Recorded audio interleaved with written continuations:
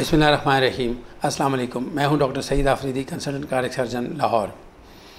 जिस तरह कि हम पिछले टॉपिक्स में दिल की बीमारियों के बारे में बात करते आ रहे हैं, सबसे पहला हमने ज़िक्र किया दिल की खून की नालियों के बंद होने की वजूहात और उसका इलाज और मुख्तलिफ़ चीज़ों के बारे में हमने ज़िक्र किया। आज हम टॉपिक में ज़िक्र करेंगे कि दिल के वाल्व अगर बंद या लीक हों, वो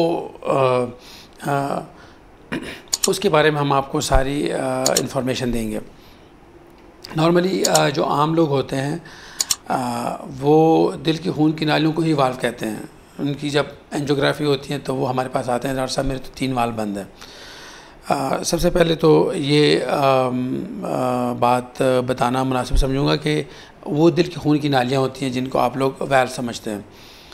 वाल्व होते हैं वो उसका पता एंजियोग्राफी के ज़रिए नहीं हमें पता चलता। उसके लिए और तरह के टेस्ट किए जाते हैं, जैसे इकोकार्डियोग्राफी है। इकोकार्डियोग्राफी में दिल के अंदर के जो खाने होते हैं, 4 खाने होते हैं, उनके बीच में जो वाल्व लगे होते हैं उनके बारे में हमें सारी इन्फॉर्मेशन दी जाती है।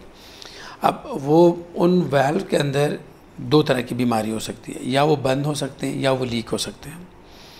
इसमें से कुछ बीमारियां हैं जो पैदाइशी होती हैं, यानी वो बच्चा जब पैदा होता है तब से ही एक बीमारी स्टार्ट हुई होती है और वो बढ़ते बढ़ते जब वो जवानी में या किसी ख़ास एज तक पहुंचता है तो उसके असरात ज़ाहिर होना शुरू हो जाते हैं जब जितनी वो बीमारी बढ़ती है। दूसरी ये होता है कि वो बीमारी बाद में लग जाती है, यानी पैदाइशी तौर पे तो बच्चा सेहतमंद होता है लेकिन बीमारी बाद में लग जाती है। अब इसमें या वेल बंद हो सकता है या वेल लीक हो सकता है। अक्सर मरीज़ हमारे पास उस स्टेज पे आते हैं जब वो ऑलमोस्ट बिस्तर पे पहुंच चुका होता है और वो बिल्कुल सीधा लेट भी नहीं सकता, सांस आना उनका मुश्किल हो जाता है। तब वो कहते हैं चलो यार अब डॉक्टर के पास चलते हैं। तो वो जब हमारे पास आते हैं उस स्टेज में, उनमें से कुछ मरीज़ होते हैं अगर उनका वाल्व लीक है तो वो रिपेयरेबल हो जाता है, कभी कभार यानी वो रिपेयरेबल होता है और वो रिपेयर हो जाता है। लेकिन अगर वो वाल्व बंद है तो वो तो इस हालत में होते हैं कि यानी वो तो रिप्लेस करने में भी बाज़ औक़ात मुश्किलात आती हैं। वो इतना सख्त हुआ होता है और इतना ज़्यादा वो तंग हुआ होता है और दिल का साइज़ इतना ज़्यादा बढ़ चुका होता है कि यानी अक्सर ऐसे भी हुआ है कि हम मरीज़ को इनकार भी कर देते हैं कि यार अब तो हम आपको ऑपरेशन यानी आप ऑपरेशन के काबिल भी नहीं हैं। दिल के अंदर 4 वाल्व होते हैं मुख्तलिफ़ खानों के बीच में, हम उसकी तफसील में नहीं जाएंगे। जो मुख्तलिफ़ खानों के बीच में ब्लड को यानी खून को पीछे आने से या आगे जाने से रोकते हैं और वो इस हिसाब से जिस्म का जो है वो खून का बहाव जारी रहता है। अब अगर वो वाल्व अगर बंद हो गया और जिसको हम कहते हैं stenosis, normally mitral valve stenosis या एओर्टिक वाल्व स्टेनोसिस हो गया, उसके अंदर फिर 2 तरह के वाल्व डल सकते हैं। अगर वो वाल्व रिपेयर के काबिल नहीं है, हमारी सबसे पहले कोशिश होती है कि हम वाल्व रिपेयर करें, लेकिन अगर वो रिपेयर के काबिल नहीं है तो फिर 2 तरह के वाल्व डलते हैं। एक जिसको हम कहते हैं मैकेनिकल वाल्व। मैकेनिकल वाल्व होता है प्लास्टिक का बना होता है सारा और उसका रिंग होता है स्टील का, और दूसरा जो होता है वो टिश्यू वाल्व होता है।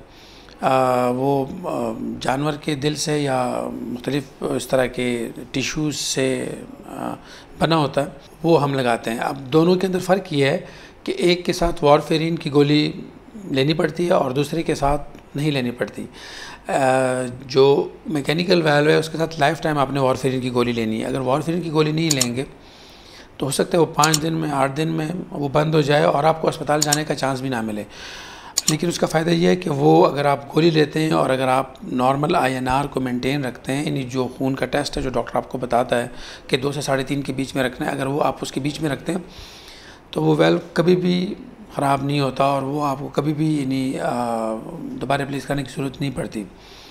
लेकिन टिश्यू वाल्व दूसरी तरफ 10 से 12 साल लाइफ होती है, 10 से 12 साल के बाद आपको तब्दील करना पड़ता है। अब टिश्यू वाल्व हम जो कब डालते हैं, टिश्यू वाल्व सबसे पहले तो उन ख़वातीन को लगाया जाता है जिन्होंने अभी अपनी फैमिली को बढ़ाना है, यानी बच्चे पैदा करने की एज है उनकी और उन्होंने या उनकी शादी नहीं हुई या अभी नई शादी हुई और बच्चे पैदा करने, तो उनके अंदर फिर जो रिकमेंडेड होता है कि हम लोग टिश्यू वाल्व इस्तेमाल करें, और क्योंकि उसके साथ वारफेरिन नहीं खानी पड़ती, और फिर वारफेरिन बंद करना अगर मैकेनिकल वाल्व में, तो उन सारी जो कॉम्प्लिकेशंस है बच जाती हैं। और दूसरा, अगर उम्र 65 साल से ज़्यादा है, ओल्ड एज है पेशेंट की, मेल हो या फीमेल हो, उनमें हम टिश्यू वाल्व डालते हैं ताकि वारफेरिन से बचा जा सके, क्योंकि वारफेरिन गोली जितनी वाल्व के लिए अच्छी है, उसी तरह दूसरी तरफ उसके थोड़े बहुत नुकसानात भी होते हैं, लेकिन अगर थेरेप्यूटिक डोज में तो इतने ज़्यादा नुकसान नहीं होते उसके। लेकिन फिर भी एहतियातन ओल्ड एज में और जो ख़वातीन होती हैं जिन्होंने बच्चे पैदा करने, उनके लिए रिकमेंडेड है कि हम टिश्यू वाल्व इस्तेमाल करें। दूसरी तरफ मैकेनिकल वाल्व है, मैकेनिकल वाल्व भी हम उन ख़वातीन में इस्तेमाल कर सकते हैं, बल्कि लगता भी ज़्यादातर वही मैकेनिकल ही है पाकिस्तान में। सिर्फ उसके साथ एहतियात ये बरतनी पड़ती है कि जैसे ही आपको पता चल जाए, आपका प्रेगनेंसी टेस्ट पॉजिटिव आ जाए, आप अपने दिल के डॉक्टर से रब्ता करें, वो आपको रिकमेंड कर देगा। आपकी जो डॉक्टर है, गायनेकोलॉजिस्ट है, उसके लिए एक नोट लिख देगा कि हाँ, इनकी वारफेरिन बंद कर दो अगली 3 माह के लिए, 4 माह के लिए, 2.5 माह के लिए, और उस दौरान इंजेक्शन लगवाने हैं आपने। और जब वो दौरान गुजर जाएगा 2-3 महीने का, फिर उसके बाद दोबारा वारफेरिन शुरू हो जाएगी आपकी, और फिर जब डिलीवरी का टाइम होगा तो दोबारा उसको कुछ दिन पहले बंद करके आपको इंजेक्शन पे शिफ्ट करना पड़ेगा। बस ये थोड़ी सी जो तकालीफ़ है इसके साथ, जो मेरे ख्याल में मैनेजेबल है। और उससे ये होता है कि बच्चा, क्योंकि हमारी कोशिश ये होती है कि माँ और बच्चा दोनों सेहतमंद रहें, बच्चे को भी कोई नुकसान ना पहुँचे और माँ को भी कोई नुकसान ना पहुँचे। लेकिन मैकेनिकल वाल्व का फ़ायदा है कि मैकेनिकल वाल्व फिर आपको दोबारा रिप्लेस नहीं करना पड़ता अगर आप उसके साथ ठीक ठीक चलते हैं।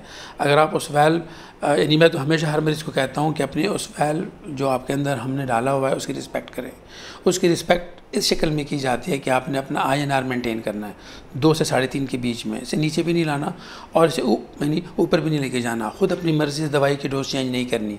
अगर आपको लगे कि आपका खून पतला हो गया है, आपके मसूड़ों में से खून आना शुरू हो गया है, या जिस्म के ऊपर काले काले धब्बे या लाल लाल धब्बे बनना शुरू हो गए, तो आपने ख़ुद से कुछ नहीं करना, आपने अपने डॉक्टर से रब्ता करना है, डॉक्टर के पास जाना है और उनको सारी निशानियाँ बतानी है, उसी दिन बतानी है। फिर वहीं आपकी डोज ऊपर नीचे कम ज़्यादा करेगा, वो आपने ख़ुद से नहीं करना, ख़ुद से डॉक्टर नहीं बनना। यही वाल्व के बारे में है। और इसके बारे में इंशाल्लाह अगले टॉपिक में हम कुछ और चीज़ें आपको वाल्व के बारे में बताएंगे, जो मेरे ख्याल है कि आप लोगों को समझना ज़रूरी है और उन चीज़ों का आपको इल्म होना चाहिए। इंशाल्लाह फिर मिलते हैं अगले हफ्ते अगले टॉपिक के साथ। तब तक के लिए डॉक्टर सईद आफरीदी को इजाज़त दीजिए। फ़ी अमानिल्लाह।